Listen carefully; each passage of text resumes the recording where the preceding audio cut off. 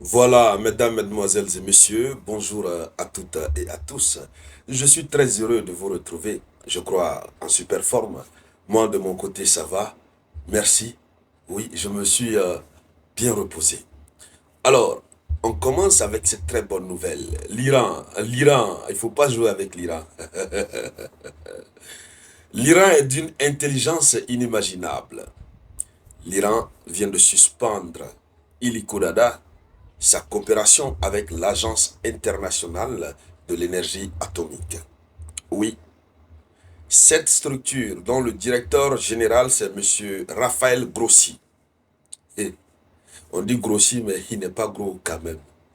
Alors, vous savez très bien les jeux de cache-cache auxquels M. Raphaël Grossi s'est livré ces derniers temps. Le directeur général de l'Agence internationale de l'énergie atomique a été accusé d'avoir eu à donner les coordonnées géographiques de certains sites à l'Iran, à Israël et aux États-Unis d'Amérique.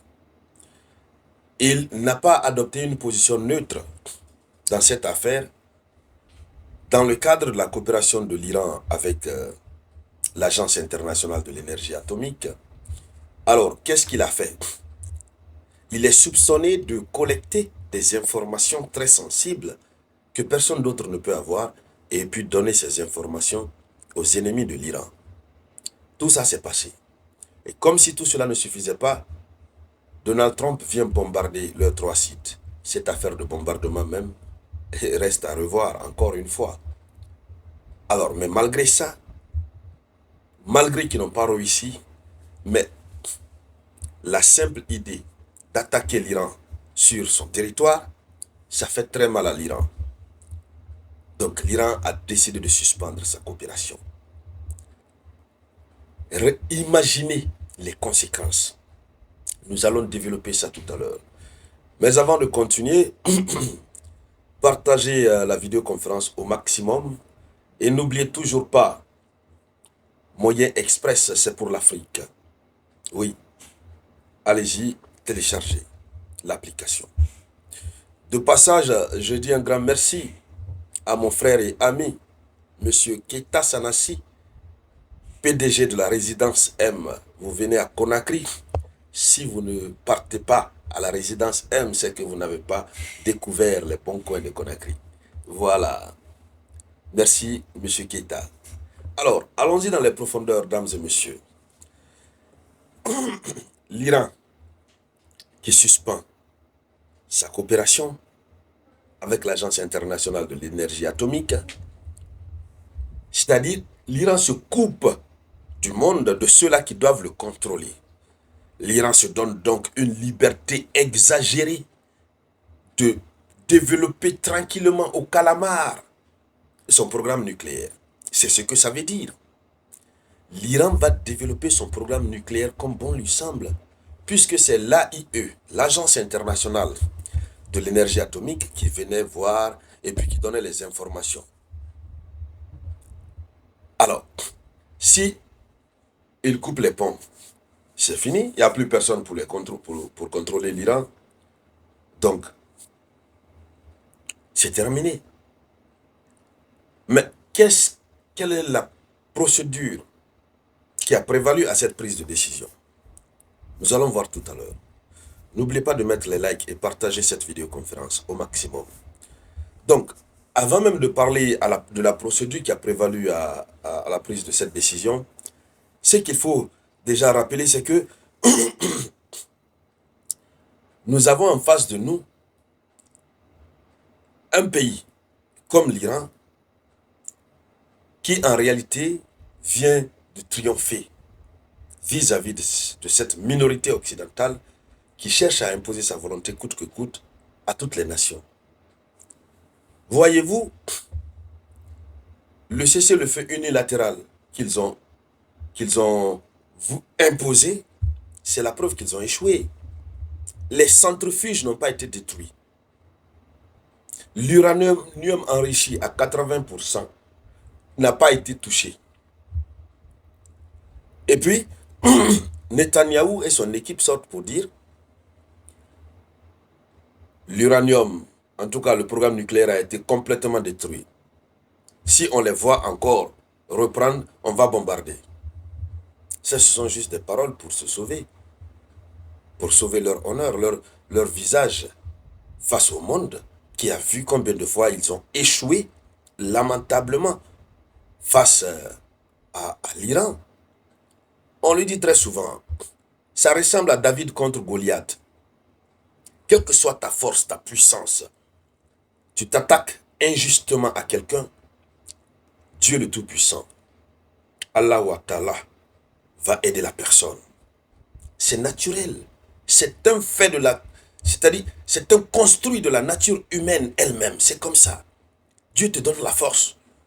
C'est ce qui est arrivé. Comment imaginer que ces gens-là viennent bombarder et puis ça ne fait rien? Au lendemain, ils disent, bon, c'est bon, ils ont trouvé un cessez-le-feu. Or, c'est faux.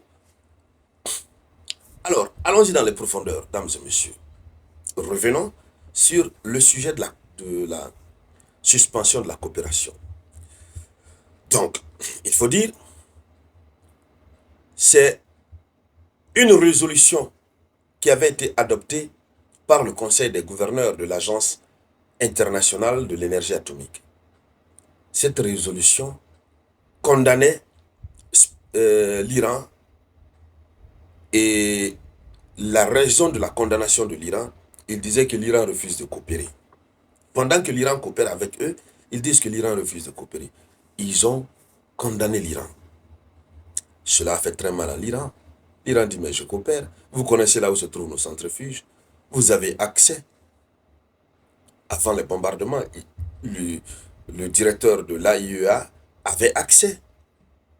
Alors finalement, c'est après les bombardements là, il ne va plus revenir là-bas, puisque s'il vient, il va connaître où se trouve le truc, le nouveau site d'enrichissement, il va donner l'information, ils vont bombarder.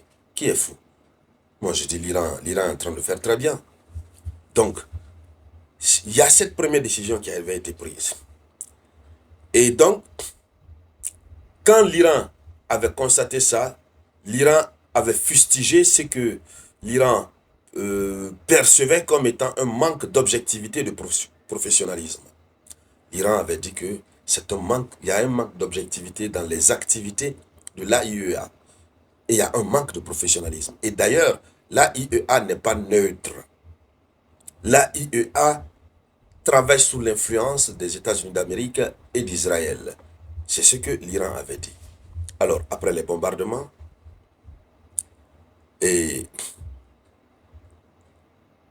l'Iran a réagi au niveau de la base américaine au Qatar, et Donald Trump a dit que c'était une réaction faible. Donc, après les bombardements, l'Iran dit, bon, c'est bon, on suspend.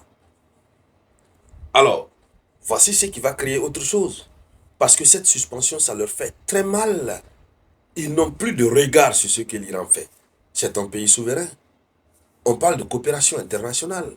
Sur l'échiquier mondial, dans le concert des nations, les États accèdent à des obligations en fonction de leur volonté. C'est-à-dire, volontairement, les États décident de s'engager dans des contraintes.